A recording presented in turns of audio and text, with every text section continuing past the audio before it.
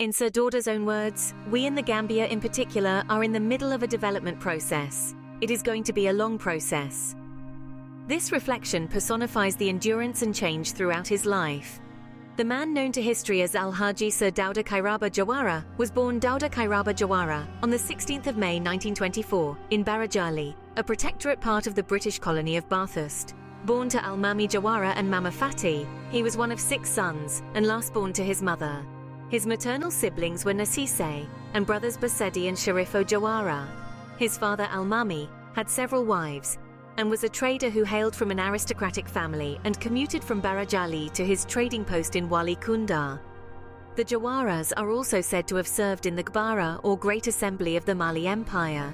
His upbringing, deeply steeped in the lore of the land and comprehension of the cycle of seasons, was instrumental in shaping his personality. His parents instilled in him the significance of community and the need to work collectively for the common good. His book shares childhood lessons about integrity and holding true to one's beliefs. These ideals formed the tenets of his own parenting approach and the foundation of his political philosophy. Jawara began his education at the local Islamic school in Barajali before commencing formal education. His early life, as depicted in his memoirs, was not marked by grand events or circumstances. Rather, it was the simplicity of his upbringing, the everyday rituals of farm life, and the teachings from his parents that molded the man he would later become. Education, for Sir Dawda, was a stepping stone to greater things. As a young boy, his journey began in Georgetown at the local Arabic school, before enrolling in 1933 at Mohammedan Primary School, where among his teachers included I.M. Garba Jahumpa, also a figure of history in the Gambia's journey to independence. Young Jawara's primary education was sponsored by Ibrahima Yuma Jallo, also a trader and friend to his father. Georgetown was where the seeds of curiosity and knowledge were firmly sown, seeds that would later burgeon into an insatiable thirst for learning. From this provincial capital, Dawda advanced to the Methodist Boys High School, now Gambia High School, in Bathurst, now Banjul. It was during these formative years that he began to shape his worldview, developing a keen sense and a deeper understanding. As he explored various subjects, his passion for learning continued driving him to further his studies. Upon graduation, with limited prospects in colonial Gambia, he worked as a nurse at Royal Victoria Hospital from 1945 to 1947. He then embarked on a journey far from the shores of his homeland to the Gold Coast, present-day Ghana.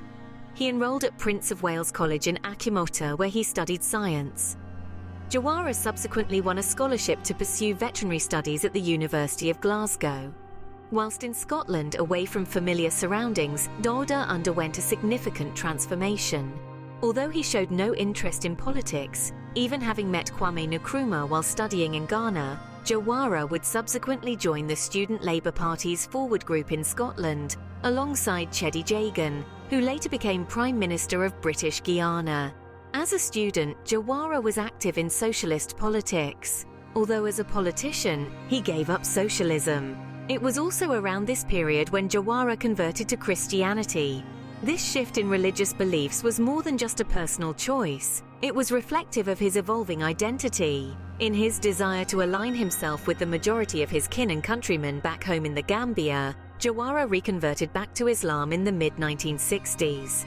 His time in Scotland, studying and immersing himself in an entirely different culture, broadened his horizons. It shaped his perspective, honed his leadership skills, and prepared him for the challenges that lay ahead. In his memoir, Jawara described this period in his life as very interesting politically. Upon his return to Gambia, Jawara became the first veterinary officer of the Gambia. It was during this time that the young scholar evolved into a visionary, ready to return home and shape the future of his nation, to become the first Prime Minister of the Gambia and later its first president. Public figures are often under the microscope, and Sir Dawda's private life was no exception. Woven into the complex fabric of Sir Dawda's existence, his choices in matrimony were threads that kindled controversy. The first significant knot in this fabric was his marriage in the mid-1950s to Hannah Augusta Darling Mahoney, a Christian and Gambian nurse, playwright and activist for women's rights. Augusta was daughter to Sir John Mahoney, the first Speaker of the Legislative Council of the Gambia.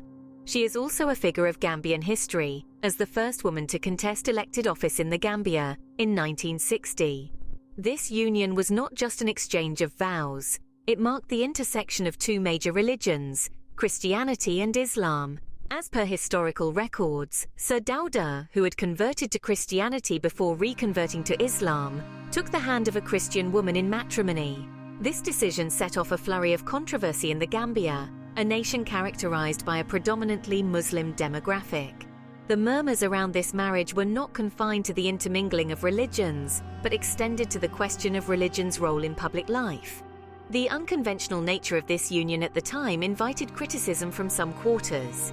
Yet it also underscored Sir Dawda's conviction in the principle of personal freedom, in defiance of regressive societal norms. After divorcing Augusta in the mid-1960s, Sir Dawda reconverted to Islam and entered into matrimonial alliances with at least 2 other Gambian women, all of the Islamic faith, as per available records. These subsequent marriages stirred the pot of controversy even more as they brought the practice of polygamy, permissible in Islam but steeped in debates, into the spotlight. Each of these marriages, resembling distinctive chapters in a book, added unique layers to Sir Dawda's life story, while concurrently fueling a wider discourse on personal liberties and societal standards. Despite the persistent background noise of conjecture and innuendo, Sir Dawda remained unshakable. This man, known for his strength of character, stood by his decisions and choices. He navigated his course with a firm step, undeterred by the storm his personal life whipped up. As documented on historical records, throughout the ups and downs, controversies and debates, Sir Dawda remained unwavering in his beliefs and personal choices in his personal life. Sir Dawda had a political journey that was both eventful and impactful. His entry into politics was not a premeditated decision, but a natural progression if not coincidental. His charisma and steadfast commitment to the Gambia's independence thrust him into the spotlight, rising through the ranks of the People's Progressive Party, formerly the Protectorate People's Association. He ultimately became the first president of the Republic of the Gambia, a position he held from 1970 to 1994. But his presidency was far from smooth. His administration was marred by widespread allegations of corruption, a stigma that remained attached to his regime. Detractors accused him of turning a blind eye to the endemic corruption within his government, tainting his presidency and causing many to question his leadership. One of the most defining moments of his political career, as noted in historical accounts, was his fallout with Sheriff Mustafa Dibba. Dibba, initially a close ally and vice president, transformed into a harsh critic, adding fuel to the controversies surrounding Sir Dawda's presidency. Their fallout wasn't just a personal disagreement, but a significant political event that deepened the divide within the nation.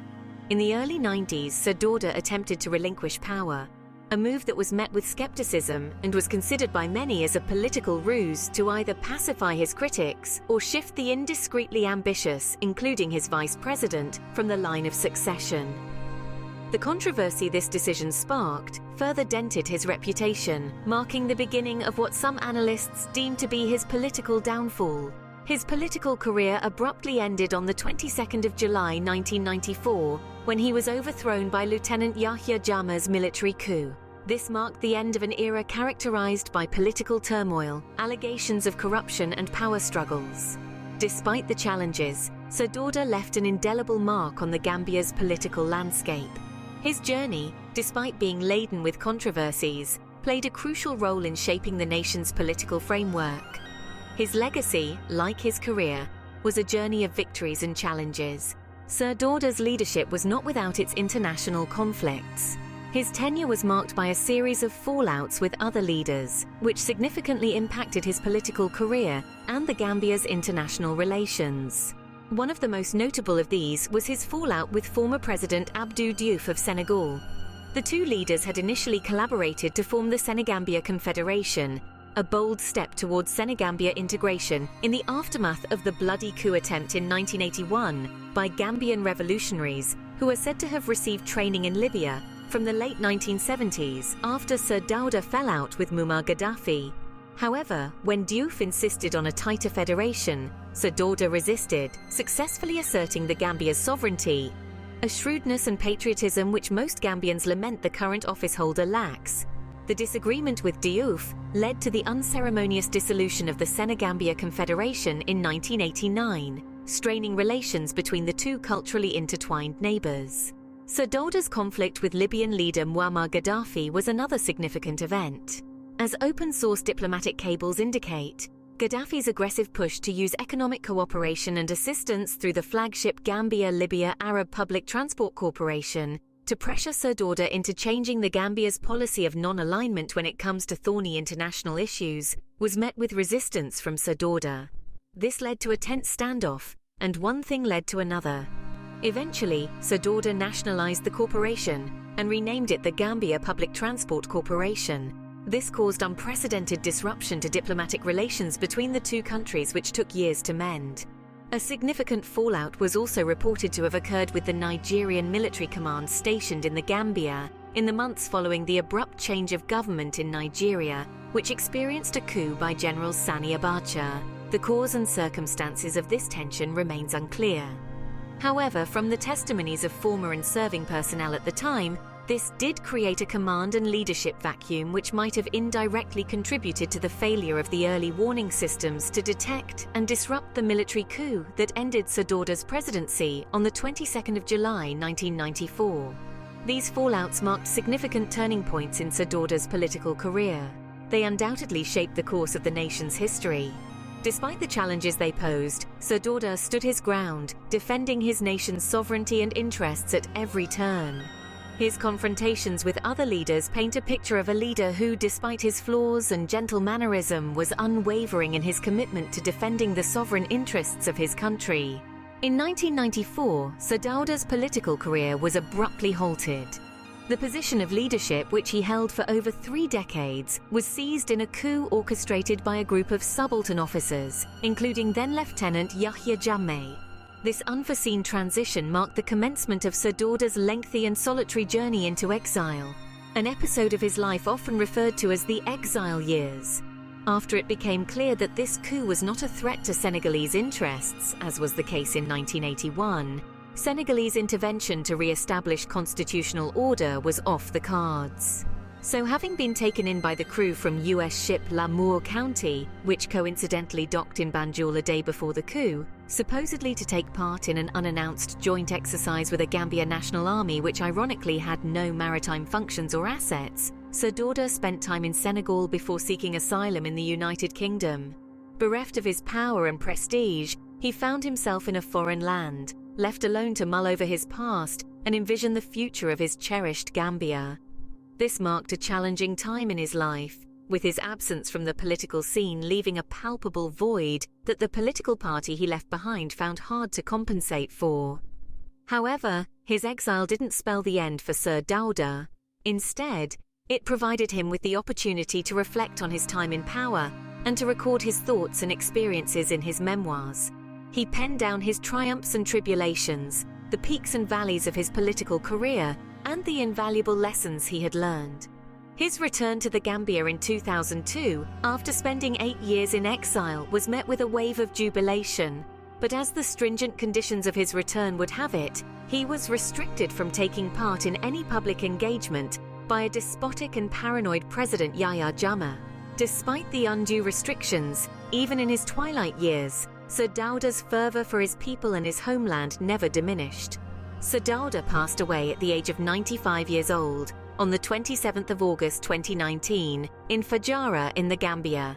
He was the last surviving member of those together with whom the late Queen Elizabeth II awarded the Order of St. Michael and St. George. Sir Dawda Kairaba Jawara, a multifaceted personality, left behind an intricate legacy. His life was as tumultuous as it was inspiring. Jawara was largely responsible for ensuring that the Gambia was spared the ethnic conflicts seen in so many other newly independent African states. Although of the majority Mandinka ethnic group, Sir Dawda skillfully made conscious efforts to accommodate all minority ethnic and religious groups within his government, even when this alienated many of his kin. The Gambia owes its long-standing tradition of ethnic and religious harmony to this statesman, an admirable fabric and tradition which is frighteningly waning in today's Gambia. He also skillfully maintained Gambian sovereignty, despite considerable pressure from his larger neighbours, Senegal, notably after the 1981 coup. Even when cajoled to accept the Senegambia Confederation, he ensured that Gambians by and large retained control over their own affairs. Most commentators knowledgeable in the subject has it that but for Sir Dawda's shrewdness and strategic mindset, what most controversially deem as the inevitable vassalage to the Republic of Senegal would have been a foregone conclusion long since. From 1962 to 1970, transitioning into the role of the president, he held the position until 1994. His PPP government, albeit with its blemishes, made significant strides in the development of the nation. Unlike Nkrumah and other post-independence leaders, Sir Dawda favoured multi-party democracy, a rarity among independent African countries at the time. So, although he failed to make the Gambia a Singapore, his unwavering commitment to democracy is a legacy which must not be denied him. Despite the corruption scandals that tainted his tenure, it is undeniable that Sir Dawda played a pivotal role in shaping the country's political landscape as well as the regional bloc ECOWAS. As he once said, the Gambia is in the middle of a development process. And Sir Dawda, in his unique way, was an integral part of that process, leaving an indelible mark on the country's trajectory. What do you think of Sir Dawda? Did he deliberately condone corruption within the PPP government, or did his detractors unfairly use few examples of bad actors around him as a stick with which to beat him? Was his reconversion to Islam at the expense of his Christian wife political opportunism to retain power? Or was he simply a good-faithed pragmatist, acting at free will? Did his stern patriotism on the question of the Senegambia Confederation ruin an inevitable reunion? Or did it halt an existential threat to Gambian sovereignty? Did he handle relations with the Republic of Senegal more skillfully than the current government? What do you think of his approach to ethnic and religious inclusion in public life? Has he handled these more skillfully and with greater wisdom than the current government? Please let us know your thoughts in the comments section. Thank you so much for watching. To help us make more free content, please subscribe, share and hit the like button. Goodbye.